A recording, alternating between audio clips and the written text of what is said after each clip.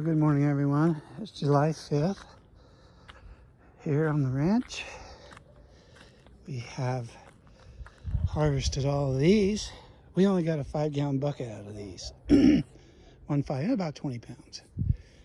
About 20 pounds. So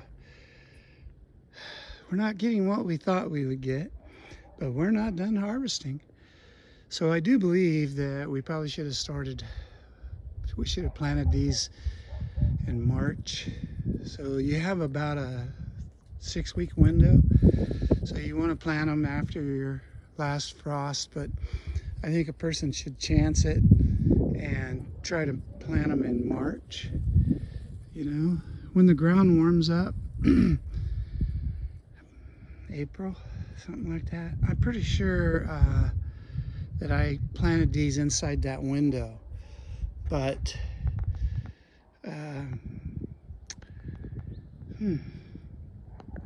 we're not getting as many as I see those growers on YouTube get. So we're going to leave this berm right here. There's another planting window in August and first 2 weeks in September to get your fall potato crop in. And I use a chart I get from Shasta College. It's from the ag department. If you go online, you can find that. And now it gives you windows when to plant, right? So on the chart, you'll have windows, and your climate may be different than mine. You know, like right down in that valley right there, just right down there, that climate's different than this climate up on this hill. Because up here, we're actually above the frost line. That's why we are able to grow citrus here. Whereas my neighbor down there, he had to build a cover on his because he lives in the frost zone. Our frost zone is right down at that gate down there where our driveway comes up the hill. So, well, look here. What do we have here? What did I see? I thought I saw one of them seed pod bulbs. I guess not. Either that or it fell off. Let's see. You know, one of my most favorite scriptures in the Bible is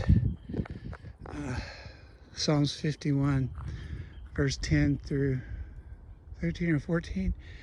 And I think the condensed version of it is about all I could ever remember is about it. But I love praying that before God. And it goes like this: create in me a clean heart, O Lord. Renew a right spirit within me. Don't keep your Holy Spirit from me, Father, and wash away the stains of my guilt. So those aren't the exact words, but the meanings. And when you say the verse 10, it says, create me a clean heart.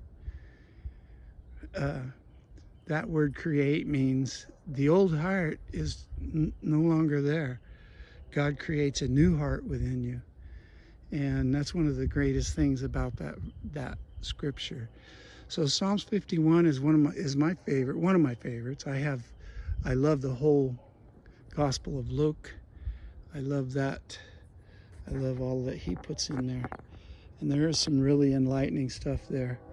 But I'm looking forward to getting back into the Bible and studying it again. I've read it 6 times and working on my 7th time, and then something happened and I was not able to get back. But I read the Bible periodically, but I'm planning on doing a study on Revelations. I can read the rest of the Bible. I can read the Old Testament, New Testament, and understand it. Revelations is a different kind of animal. So that's what I'm going to be studying next. All right, well, God bless you all, and thanks for watching.